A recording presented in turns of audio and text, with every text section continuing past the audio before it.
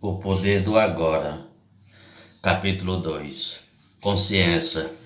O caminho para escapar do sofrimento. Não crie mais sofrimento no presente. Ninguém tem uma vida de sofrimento e mágoa. Não é questão de aprender a viver com isso. E em vez de tentar evitar, a maior parte do sofrimento é humana e desnecessária. Ele se forma sozinho enquanto a mente superficial governa nossa vida. O sofrimento que sentimos nesse exato momento é sempre alguma forma de não aceitação, uma forma de resistência ao que consciência é o que é. No nível do pensamento, a resistência é uma forma de julgamento. No nível emocional, ela é uma forma de negatividade. O sofrimento varia de intensidade de acordo com o nosso grau de resistência ao momento atual. E isso, por sua vez, depende da intensidade com que identificamos com nossas mentes. A mente procura sempre negar e escapar do agora. Em outras palavras, quanto mais identificamos com as nossas mentes, mais sofremos. Ou ainda, quanto mais respeitamos e aceitamos o agora, mais nos libertamos da dor, do sofrimento e da mente. Porque a mente tem o hábito de negar ou resistir o agora. Porque ela não consegue funcionar e permanecer no controle sem que esteja associada ao tempo, tanto o passado como o futuro. E assim ela vê o temporal como algo ameaçador. Na verdade, o tempo e a mente são inseparáveis. E imagina a Terra sem a vida humana, habitada por plantas e animais. Será que ainda haveria passado e futuro? Será que as perguntas que oração ou que dia hoje deu algum sentido para um cavalo ou uma águia? Acho que ele ficaria intrigado e responderia: claro que é agora. Agora, a hora é agora. O que mais existe? Não há dúvida de que precisamos da mente do tempo, mas no momento em que eles assumem o controle das nossas vidas, surgem os problemas, o sofrimento e a mágoa. Para ter certeza que permanece no controle, a mente trabalha o tempo todo para esconder o momento presente com o passado e o futuro. Assim, a vitalidade e o infinito potencial criativo do ser, que é inseparável do agora, fica encoberto pelo tempo e a nossa verdadeira natureza é obscurecida pela mente. Todos nós sofremos ao ignorar, ao negar cada momento precioso ou reduzir o meio para alcançar no futuro. Algo que só existe em nossas mentes, nunca na realidade. O tempo acumulado na mente humana encerra uma grande quantidade de sofrimento cuja origem já está no passado.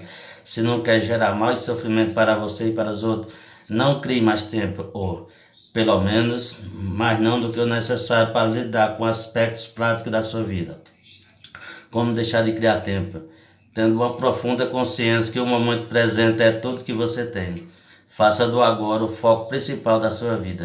Se antes você se fixasse no tempo e fazia rápidas visitas ao agora, investe essa lógica, fixando no agora e fazendo visita rápida ao passado e ao futuro quando precisar considerar os aspectos da sua vida. Diga sempre sim ao momento atual. O que poderia mais insensado do que em criar uma resistência interior a alguma coisa que já é? O que poderia ser insensado do que se opor à própria vida, que é agora e sempre agora? Renda-se ao que é. Diga sim para a vida e veja como, de repente, a vida começa a trabalhar a seu favor ao invés de contra você. Pausa.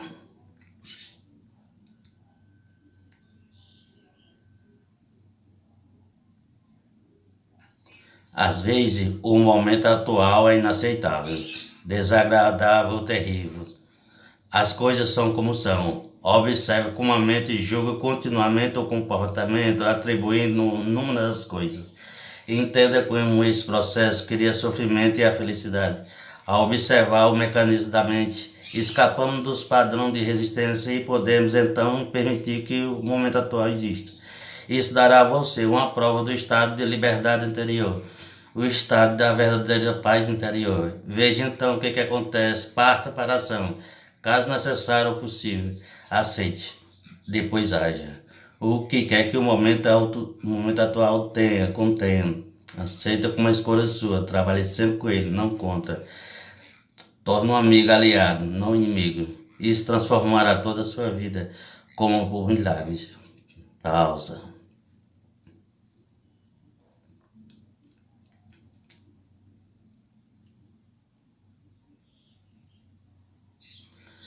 dissolvendo o sofrimento do passado. Enquanto não somos capazes de acessar o poder do agora, vamos acumulando resíduos de sofrimento emocional. Esse resíduo se mistura ao sofrimento do passado e se aloja em nossa mente e nosso corpo. Isso inclui o sofrimento vivido em nossa infância, causado pela falta de compreensão do mundo em que nascemos. Todo esse sofrimento cria um campo de energia negativa que ocupa a mente e o corpo. Se olhar para eles como uma identidade invisível com característica própria, estaremos chegando bem perto da verdade. É o sofrimento emocional do corpo. Apresenta sempre duas modalidades, um inativo e um ativo. O sofrimento pode ficar nativo 90% ou 100% ativado em alguém profundo, a mente feliz. Algumas pessoas atravessam a vida quase que inteiramente tomada pelo sofrimento, enquanto outras pessoas passam por ele em alguma situação que envolve relação familiar e amorosa, lesão física ou emocionais, perca do passado, abandono, etc. Qualquer coisa pode ativá-lo, especialmente se encontrar ressonância num padrão de sofrimento do passado. Quando o sofrimento está pronto para despertar do estágio inativo, até mesmo uma observação inocente feita por um amigo ou um pensamento é capaz de ativá-los. Alguns sofrimentos são hesitantes, mas inovações ativas, como o caso de uma criança que não para de chorar. Outros são muito destrutivos e mórbidos, verdadeiros demônios. Alguns são fisicamente violentos, outros emocionalmente violentos. Eles podem atacar tanto as pessoas à nossa volta como contra nós mesmos, seus hospedeiros. Os pensamentos e sentimentos relativos à nossa vida tornam-se, então, profundamente negativos e autodestrutivos. Doença e acidente acontece frequentemente entre nós. Isso pode levar a pessoa ao suicídio. Às vezes levamos um choque ao descobrir uma faceta detestável em alguém que pensava conhecer bem. Entretanto, é mais importante observar essa situação em nós mesmos do que nos outros. Preste atenção a qualquer sinal de infelicidade em você, qualquer que seja a forma, pois talvez seja o despertar do sofrimento. Ele pode se manifestar como uma irritação, um sinal de impaciência, um assombrio, um desejo de ferir, sentimento de raiva, ira, depressão ou uma necessidade de criar algum tipo de problema em nosso relacionamento. Agarra o sinal no momento que ele despertar do seu estado inativo. O sofrimento deseja sofrer, mas, para isso, precisa conseguir que nos identifiquemos inconscientemente com ele. Portanto, quando o sofrimento toma conta de nós, cria uma situação em nossa vida que reflete a própria frequência de energia da qual ele se alimenta. Sofrimento só se alimenta de sofrimento, não se consegue se alimentar de alegria. Aí, quando o sofrimento nos domina, faz com que desejamos ter mais sofrimento. Passamos a ser vítimas ou interpretadores, querendo infligir sofrimento, ou sentido, ou ambos. Na verdade, não há muita diferença entre os dois. É claro que não temos consciência disso e afirmamos que não queremos sofrer. Mas preste bem atenção e verá que seu pensamento e o seu comportamento estão programados para continuar com o sofrimento, tanto para você como para os outros. Se você estivesse consciente disso, o padrão ia desfazer, porque desejar mal sofrimento é insanidade, e ninguém está aqui para ter uma insanidade conscientemente. O sofrimento é uma sombra escura pelo ego, ter um medo da luz da nossa consciência, tendo que ser descobertos. Sobrevive graças à nossa identificação inconsciente com ele, assim como é o medo de consciente de enfrentarmos o sofrimento que vive de nós. Mas se não enfrentarmos, se não direcionarmos a luz da nossa consciência sobre o sofrimento, seremos forçados a revivê-lo. O sofrimento pode nos parecer um monstro perigoso, mas eu lhe garanto que se trata de um fantasma frágil. Ele não pode prevalecer sobre o poder da nossa presença. Alguns ensinamentos espirituais dizem que todo sofrimento é, em última análise, uma ilusão. E isso é verdade. A questão é se isso é uma verdade para você. Acreditar simplesmente não transforma nada em verdade. Você quer sofrer pelo resto da vida e de permanecer dizendo que é uma ilusão? Será que essa atitude livra você do sofrimento? O que não interessa é o que podemos fazer para vivenciar essa verdade, ou seja, torná-la real em nossas vidas. Portanto, O sofrimento não quer que nós observemos diretamente e vejamos o que ele realmente é. No momento que observamos, sentimos seu campo energético dentro de nós e desfazemos a nossa identificação com ele. Surge uma nova dimensão da consciência. Chama isso presença. Passamos a ser testemunho observador do sofrimento. Isso significa que ele não pode mais nos usar, fingindo ser nosso eu interior. Então não temos mais como realimentar. Aqui está a nossa mais profunda força interior. Acabamos de acessar o poder do agora. O que acontece ao sofrimento, como nos tornamos conscientes bastante para romper a nossa identidade com ele. A inconsciência com ele cria o sofrimento. A consciência transforma o sofrimento nela mesma. O apóstolo Paulo explica esse princípio ao dizer: tudo é revelado ao exposto à luz. O que fosse a própria luz se torna luz. Assim como não se pode lutar com a escuridão, também não pode lutar contra o sofrimento. Tentar fazer isso seria tentar na realidade um suicídio. Observar o sofrimento já é o bastante. Observar implica aceitar como parte que existe, parte nesse momento. O sofrimento consiste nesse momento vital que desprendeu do campo energético total e se fez temporariamente autônomo, através de um processo artificial de identificação com a mente. Ela se volta para dentro de si mesma e se torna ao contrário da vida, como um animal tentando comer o próprio rabo. Por que você acha que a nossa civilização tornou-se tão destrutiva? Acontece que as forças destrutivas da vida ainda são energia vital. Mesmo quando começamos a deixar de identificar e nos tornarmos observadores, o sofrimento ainda continua por um tempo e vai tentar fazer com que voltemos a identificar com ele.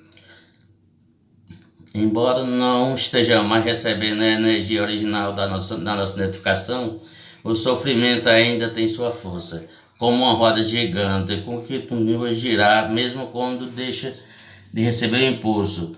Nesse estágio, o sofrimento pode até ocasionar dor em diversas partes do corpo, mas elas não vão durar. Esteja presente, fique consciente, vigie seu espaço anterior. Você vai precisar estar presente e alerta para ser capaz de observar o sofrimento de um modo direto e sentir a energia que manda dele. Agindo assim, o sofrimento não terá força para controlar o nosso pensamento.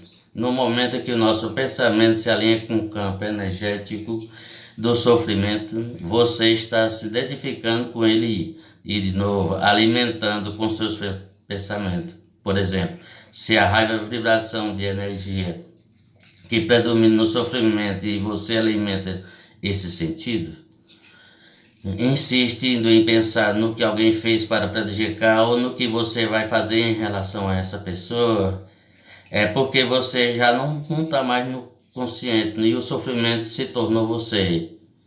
Onde existe raiva, existe sempre um sofrimento oculto. Quando você começa a entrar num padrão mental negativo e a pensar como sua vida é horrorosa, isso quer dizer que o pensamento se alinhou com o sofrimento e que você passou a estar inconsciente e vulnerável a um ataque do sofrimento. Utilizo a palavra inconsciente na palavra ou contexto para significar uma identificação com o padrão mental e emocional. Isso implica uma implicação do observador. Manter-se num estado de alerta e consciente destrói a ligação entre o sofrimento e o mecanismo do pensamento e aciona o processo de transformação. E como se o sofrimento tornasse o combustível para o chamado da consciência, resultando também um brilho de mais intensidade. Esse é o significado que esotérico da antiga da arte da alquimia, a transformação do metal em ouro. O sofrimento inconsciente, a separação interior cicatriza e você se torna inteiro outra vez. Cabe a você, então, não criar um sofrimento adicional. Resumindo o processo, concentre a atenção no sentimento dentro de você. Reconheça que é o sofrimento. Aceite que ele esteja ali. Não pense a respeito. Não permita que o sentimento se transforme em pensamento. Não julgue nem analise. Não se identifique com um sentimento. Esteja presente e observe o que está acontecendo dentro de você. Perceba não só um sofrimento emocional, mas também a presença de alguém que observa. O observador é silencioso. Esse é o poder do agora, o poder da sua própria presença consciente. Veja então, o que é que acontece? Pausa.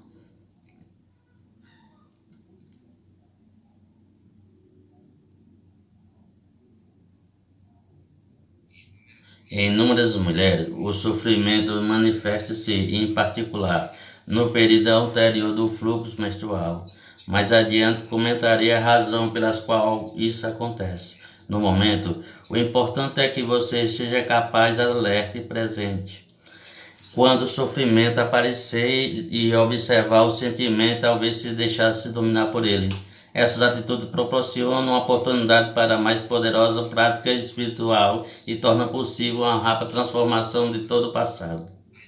A identificação do ego com o sofrimento. O processo que acabei de descrever é extremamente poderoso, embora simples. Poderia ser ensinado a uma criança e tem uma esperança que um dia será uma das primeiras coisas a ser ensinado na escola. Uma vez entendido o princípio básico do que significa estar presente, observando o que acontece dentro de nós e entendemos isso como passando por uma experiência atrás, teremos à nossa disposição a mais poderosa ferramenta de transformação. Não nego que poder em uma forte e resistente, que é eterna, que tentando nos impedir de pôr um fim à identificação com o sofrimento. Isso acontecerá em particular se tiver vivido intimamente identificando com o sofrimento emocional durante a maior parte da vida do passado.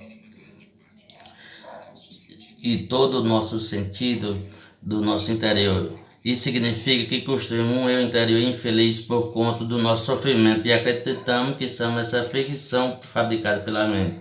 Nesse caso, nosso medo inconsciente de perder a identidade vai criar uma forte resistência a qualquer forma de não identificação. Em outras palavras, você preferir com sofrimento traços e o seu sofrimento, a saltar para o desconhecido, correndo o risco de perder o seu infeliz, mas familiar interior. Se esse é o seu caso, observe a resistência dentro de você. Observe o seu apego ao sofrimento e esteja muito alerta.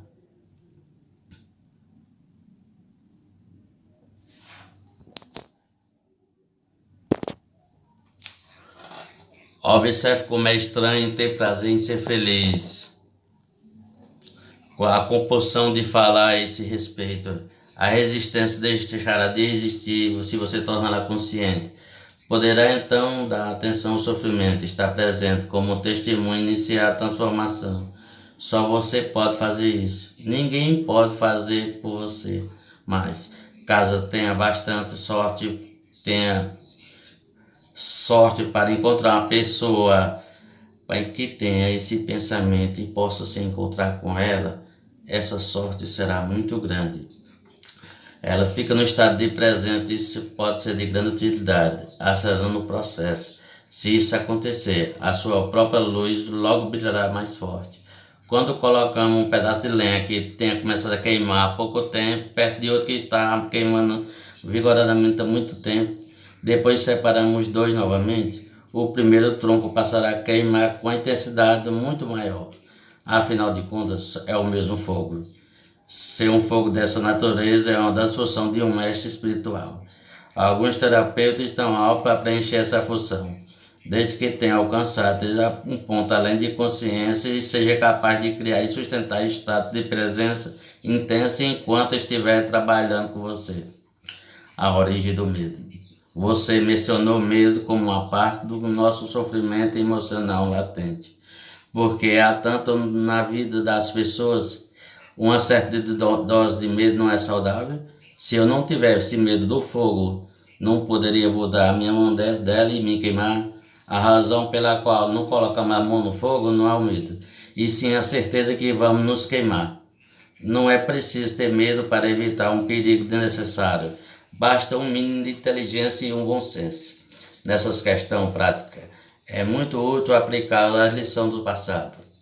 Mas se alguém nos ameaça com fogo ou com violência física, talvez experimentamos uma sensação como medo. É uma relação instintiva, sem relação com a doença psicológica do medo que estamos tratando aqui. A doença psicológica não está presa a qualquer perigo imediato concreto e verdadeiro. Manifesta de várias formas, tais como agitação, preocupação, ansiedade, nervosismo, tensão, pavor, fobia, etc. Esse tipo de medo psicológico é sempre de alguma coisa que poderá acontecer, não de alguma coisa que está acontecendo nesse momento. Você está aqui agora, ao passo que a sua mente está no futuro. Essa situação cria um espaço de angústia e causa esteja identificado com as nossas mentes e estivemos perdidos do contato com o poder e a simplicidade do agora.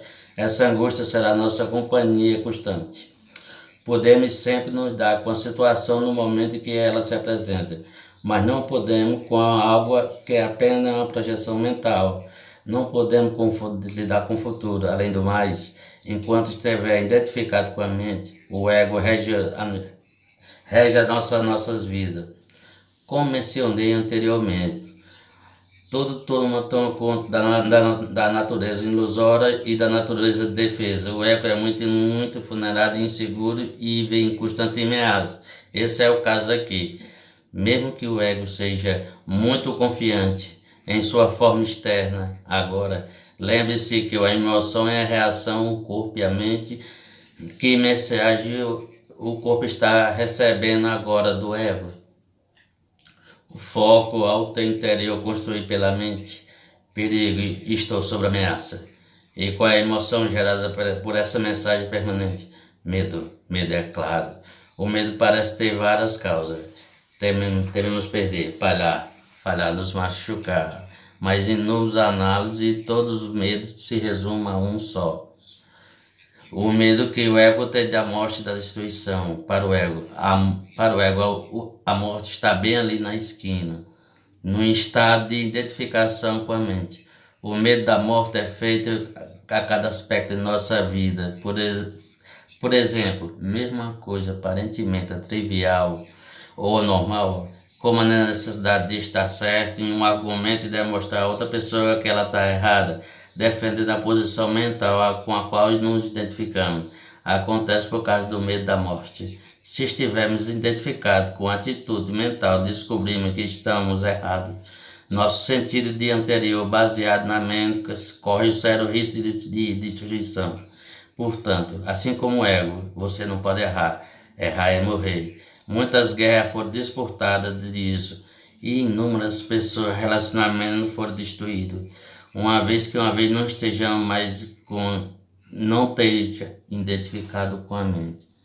Não faz a melhor diferença para o nosso exterior se estamos certo ou errado. Assim, a necessidade compulsiva e profunda de ter sempre razão, o que é uma forma de violência, vai desaparecer. Você poderá declarar de calmo e firme como se sente ao que pensa ao respeito de algum assunto, mas sem agressividade ou qualquer sentido de defesa. O sentido do meu interior passado passa a se originar do interior profundo e verdadeiro dentro de você, não mais de sua mente. Tenha cuidado com qualquer tipo de defesa dentro de você. E está se defendendo de quê? De identidade ilusória, de uma imagem na sua mente, de uma identidade fictícia. Ao trazer esse padrão ao consciente, ao testemunhar, você deixa de se identificar com ele. Sobre a luz da consciência, o padrão de inconsciência irá dissolver rapidamente. Esse é o fim de todos os argumentos de jogos de poder, tão prejudicial ao relacionamento. O poder sobre os outros é fraqueza, desfracada de força. O verdadeiro potencial anterior está à sua disposição agora. O medo será uma companhia constante para qualquer pessoa que esteja identificada com a mente. Portanto, desconectado do seu verdadeiro poder, o enraizado no seu ser. O número de pessoas que conseguiram alcançar o ponto além da mente ainda é extremamente pequeno, o que nos leva a presumir que, virtualmente, todas as pessoas que você encontra ou conhece vivem num estado de permanente de medo, o que só varia a intensidade. Ele varia entre o pavor e a necessidade e um desconfortável. Vale a pena os sentidos e os pensar da outra pessoa. Muitas pessoas só tomam consciência disso quando no meio da soma um de suas formas mais agudas. A busca do ego pela plenitude. Um outro aspecto do sofrimento emocional é uma profunda sensação de falta, de incompletude, de não se sentir inteiro. Em algumas pessoas isso é consciente, em outras não. Quando está consciente, a pessoa tem uma sensação de inquietante que não é respeitante ou boa bastante. Na forma inconsciente, essa sensação se manifesta indiretamente como anseio, uma necessidade ou uma carência intensa. Em ambos os casos, as pessoas podem acabar buscando compulsivamente uma forma de gratificar o ego de uma maneira que se sente muito bem por dentro. Assim, procura-se empenha propriedades, dinheiro, sucesso, poder, reconhecimento a um relacionamento especial, para se sentir melhor e mais completa. Porém, mesmo quando consegue todas essas coisas, percebe que o buraco ainda está ali e não tem fundo. As pessoas veem então que estão realmente em apuros, porque não pode mais se enganar. Na realidade ela tenta ver. Na realidade, ela tenta fingir isso como antes, mas cada vez fica mais difícil. Enquanto o ego dirige a nossa vida, não conseguimos nos sentir à vontade, em paz ou completo, exceto por certos períodos, como acabando de ter um desejo satisfeito. O ego precisa de um elemento de proteção o tempo todo. Tem uma necessidade de se identificar com coisa externa, como propriedade, status social. No trabalho, educação, aparência física, habilidade especial, relacionamento, história pessoal e familiar, ideais políticos e crença religiosa. Só que nada disso é você. Levou um susto? Ou sentiu um enorme alívio, mais cedo ou mais tarde, você vai ter que abrir mão de todas essas coisas.